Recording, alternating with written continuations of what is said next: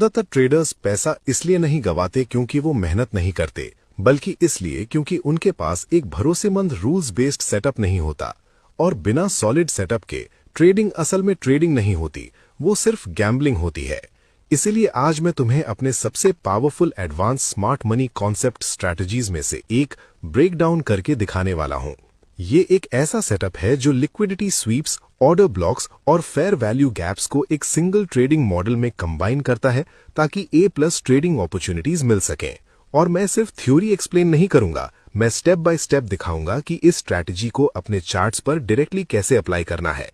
इस वीडियो के एंड तक तुम्हारे पास एक क्लियर एक्शनेबल रोड मैप होगा जिससे तुम इस सेटअप को कॉन्फिडेंटली अपनी ट्रेडिंग में यूज कर सकोगे।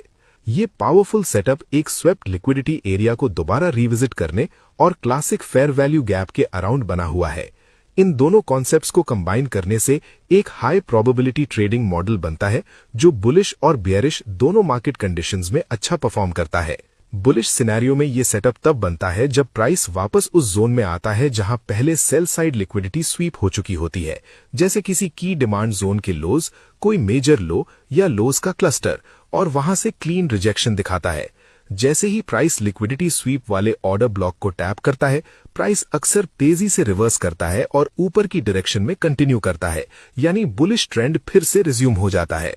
दूसरी तरफ बियरिश मार्केट में यही एग्जैक्ट कॉन्सेप्ट अप्लाई होता है, बस इसके ठीक उल्टा। यहां सेटअप तब बनता है जब प्राइस उस एरिया को दोबारा विजिट करता है जहां बाई साइड लिक्विडिटी पहले ही स्वीप हो चुकी होती है, जैसे किसी की सप्लाई जोन के हाइज या इक्वल हाइज का क्लस्टर। उस लेवल से एक तेज रिजेक्शन ड्रॉप के लिए स्टेज सेट करता है जो बियरिश ट्रेंड की कंटिन्यूएशन कंफर्म करता है। अब तुम पूछ सकते हो, इस सेटअप को इतना पावरफुल क्या बनाता है? इस सेटअप के पीछे की लॉजिक सिंपल है लेकिन बहुत स्ट्रांग है। स्मार्ट मनी आमतौर पर प्राइस को की एरियाज के पास ले जाती है ताकि मार्केट और ट्रेडर्स को मैनिपुलेट करके अपने ऑर्डर्स एग्जीक्यूट करने के लिए इनफ वॉल्यूम बना सके। और ज्यादातर वो ये काम एक क्विक मूव से करती है जो किसी की लेवल के ऊपर या नीचे लिक्विडिटी स्वीप करता है और उसके बाद ऑपोजिट डायरेक्शन में एक शार्प और तेज रिवर्सल देता है। ये जोन्स वही जगह होती हैं जहां स्मार्ट मनी पहली बार अपनी पोजीशंस एंटर करती है। ये मैनिपुलेशन एरियाज होती हैं जो मेन इंस्टीट्यूशनल ऑर्डर्स एग्जीक्यूट होने से पहले बनती हैं। इसीलिए इनका इतना वेट होता है। प्राइस अक्सर इन लेवल्स को रिस्पेक्ट करता है।